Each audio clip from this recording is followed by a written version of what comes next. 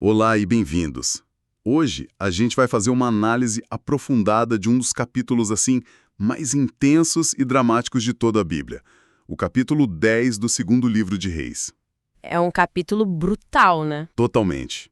E para guiar nossa conversa, a gente está usando as edições de estudo Holman e a Nova Almeida Atualizada, que dão não só narrativa, mas todo um contexto que enriquece a compreensão. Exato, elas ajudam a gente a entender o que estava por trás das ações. Pois é. E a nossa missão aqui é tentar desvendar a figura de Jeú.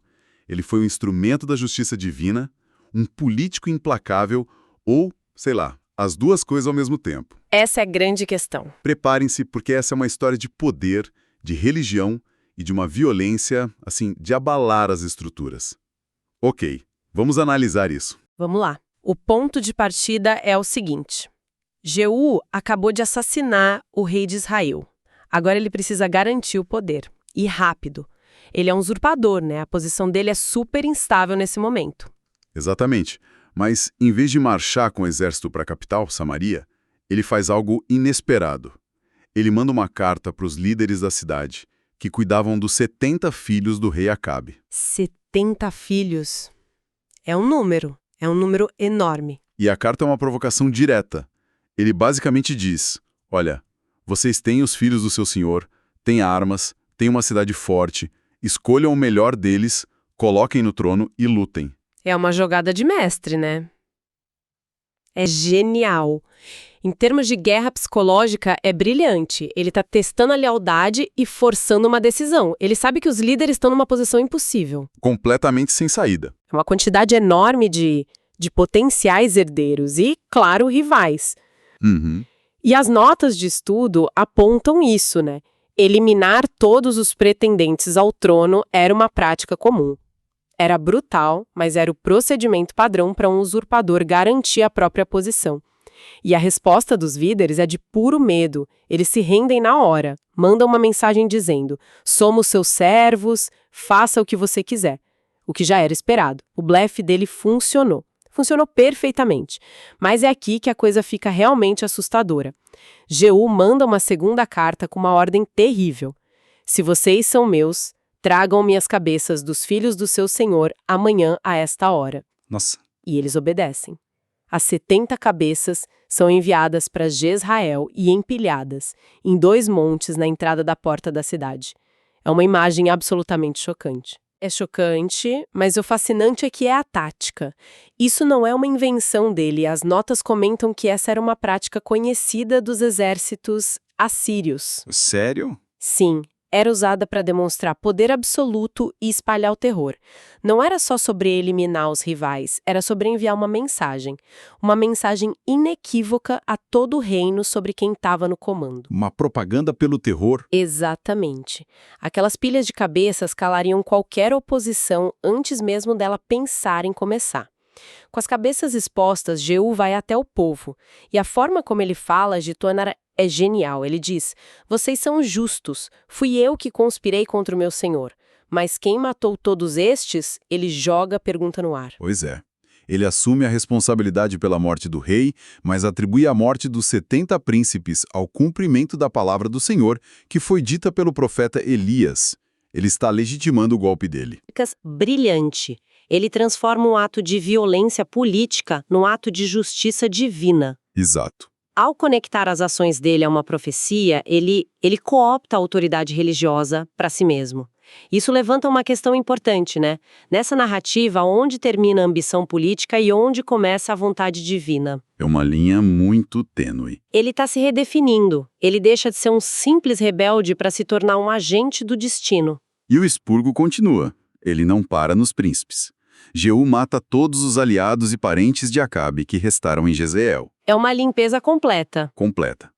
Depois, a caminho de Samaria, ele encontra 42 parentes de Acasias, o rei de Judá, e ordena a execução de todos eles. Nossa, ele está eliminando metodicamente qualquer um que possa, no futuro, buscar vingança ou reclamar ao trono.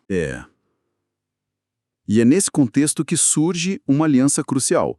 Jeú encontra um homem chamado Jonadab, filho de Recabe. Ah, Jonadab.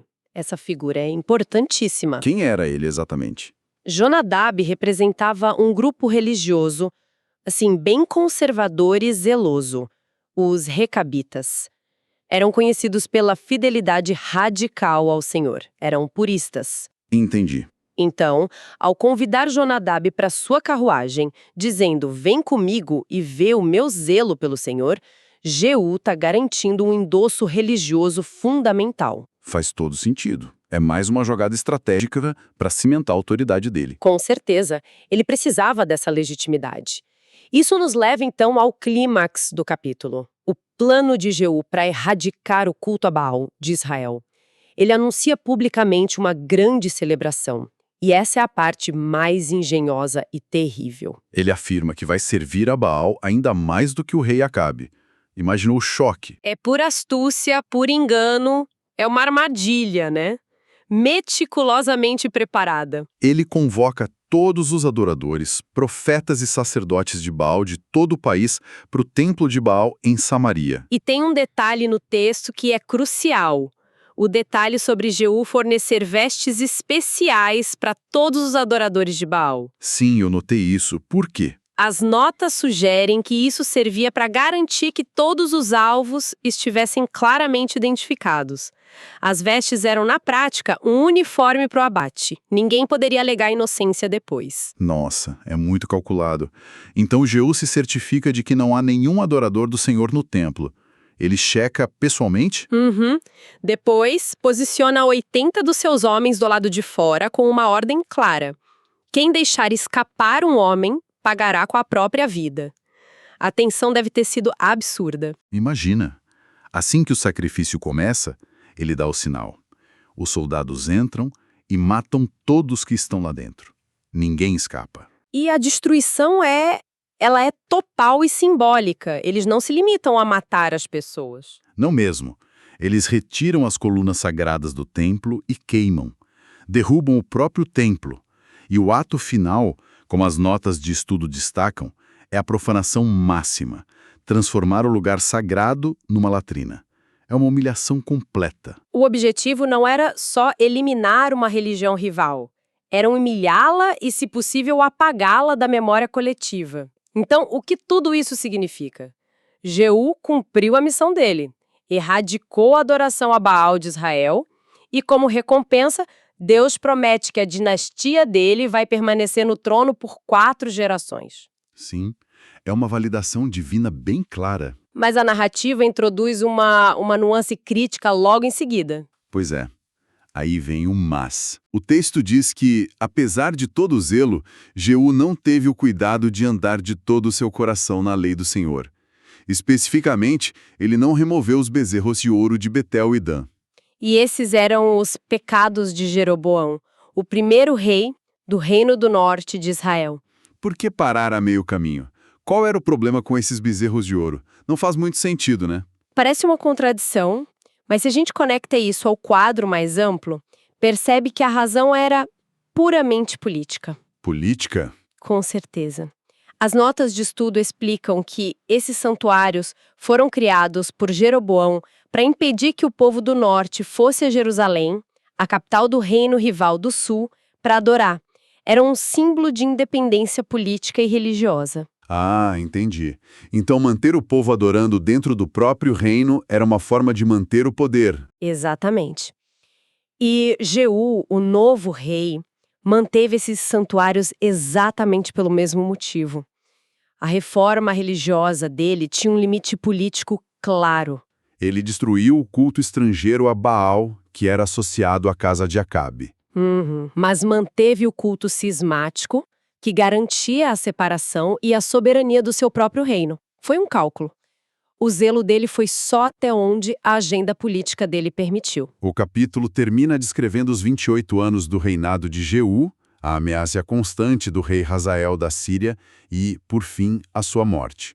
O que fica é o retrato de uma figura incrivelmente complexa. Muito complexa. Um executor da vontade divina, um político brutal que usou o terror como ferramenta e um reformador religioso cujas ações, no fim das contas, também serviram aos seus próprios interesses de poder. E isso nos deixa com um pensamento final para refletir. O texto apresenta as ações de Jeú como o cumprimento de uma profecia, validando-as divinamente. Uhum. No entanto, também descreve em detalhe a astúcia dele, a crueldade, os cálculos políticos. Não esconde nada. Nada. E isso nos força a confrontar uma questão bem desafiadora. Como é que uma narrativa como esta nos convida a entender a relação entre fé e violência política? Quando que um ato brutal é uma ordem divina e quando há uma necessidade política disfarçada de fervor religioso? É uma pergunta difícil. A história de Jeú não oferece uma resposta fácil. E talvez essa seja a questão, né? A narrativa deixa essa ambiguidade para cada um de nós ponderar.